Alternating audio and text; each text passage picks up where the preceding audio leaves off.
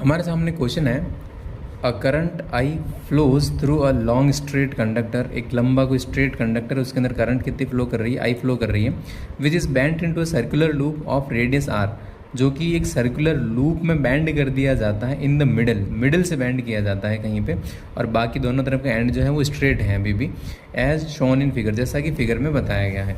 तो फिगर देखिए, हमारे पास फिगर कुछ इस तरीके से बताया गया है कि ये स्ट्रेट वायर था, बीच में से इसको सर्कुलर लूप दे दिया गया और यहाँ पे वापस से स्ट्रेट आ गया। तो ये कनेक्टेड नहीं है, करंट यहाँ से आके यूँ फ्लो होकर वापस इस तरफ जा रहा है। ये दो टुकड़ों में डिवाइड कर लेंगे इसको। ये तो स्ट्रेट वायर है, लगभग यहाँ पे डिस्टेंस ना के बराबर है, और एक सर्कुलर लूप है, यहाँ से ये भी रेडियस का काम करेगा। अब हमें पूछा the magnitude of net magnetic field at point O will be, net magnetic field का मैग्नीट्यूड कितना होगा। तो देखिए, अगर इसको सॉल्व करें तो हमारे पास कुछ इस तरीके से कंडीशन बन रही है कि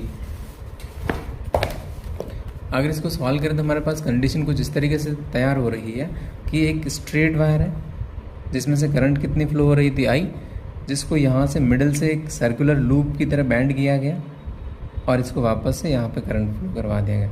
ये करंट यहाँ से आएगा, इस तरफ होता हुआ यूँ घूम के वापस यहाँ आ जाएगा। यहाँ पे इसका क्या है, सेंटर, यहाँ से यहाँ तक की डिस्टेंस कितनी है, आर, जो कि इसकी रेडियस का काम कर रही होगी।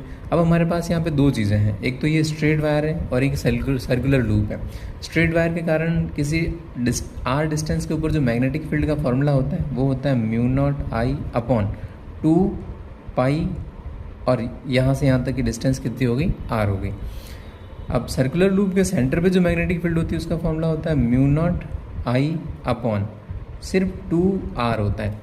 सर्कुलर लूप के अंदर पाई नहीं होता है। अब देखो इसकी डायरेक्शन, अगर इसमें right hand thumb rule apply करेंगे तो राइट हैंड थंब रूल के कारण, या फिर स्क्रू रूल जिसे कहते हैं, अंगूठा रखेंगे नीचे की तरफ और इसको इस तरीके से होल्ड करेंगे, तो इस तरफ से मेरी अंगुलियाँ एंटर करेगी, तो इस तरफ तो मैग्नेटिक फील्ड क्रॉस होगी, इस तरफ मैग्नेटिक फील्ड कैसी होगी, डॉट होगी। ये किसके कारण है भाई, स्ट्रेट वायर के कारण। तो हम कहते हैं स्ट्रेट वायर के कारण मैग्नेटिक फील्ड की डायरेक्शन क्या है, डॉट, आउटसाइड द प्लेन। हमारे पास ये सर्कुलर लूप जो है, सर्कुलर लूप के कारण जो मैग्नेटिक फील्ड होगा वो होगा क्रॉस, ये क्रॉस होगा अंदर की तरफ। इसमें भी right hand thumb rule apply करेंगे तो ये हो गया क्रॉस, अंदर जाता हुआ मैग्नेटिक फील्ड होगा। अंगूठा इस तरफ रख के हाथ, अंगुलियाँ मेरे अंदर एंटर कर रही होगी। तो हमें नेट मैग्नेटिक फील्ड पता करना है। तो नेट मैग्नेटिक फील्ड कैसे पता करेंगे, जो ज़्यादा होगा उसको कम में, उसमें से कम को माइनस कर देंगे। अब ज़्यादा कौन सा है, म्यू नॉट आई दोनों में है ऊपर की तरफ, इसमें सिर्फ 2 आर है और इसमें 2 पाई आर है। तो ऑब्वियस सी बात है, डिनोमिनेटर अगर ज़्यादा है तो इसकी वैल्यू क्या होगी, कम होगी, और इसकी वैल्यू क्या होगी, ज़्यादा होगी। तो नेट मैग्नेटिक फील्ड का फॉर्मूला क्या आता है हमारे पास, नेट मैग्नेटिक फील्ड का फॉर्मूला आता है mu naught I upon 2 R. इसमें से माइनस कर देंगे हम किसको, क्योंकि दोनों अपोजिट डायरेक्शन में है, एक क्रॉस और एक डॉट, इसलिए इनको माइनस कर रहे हैं।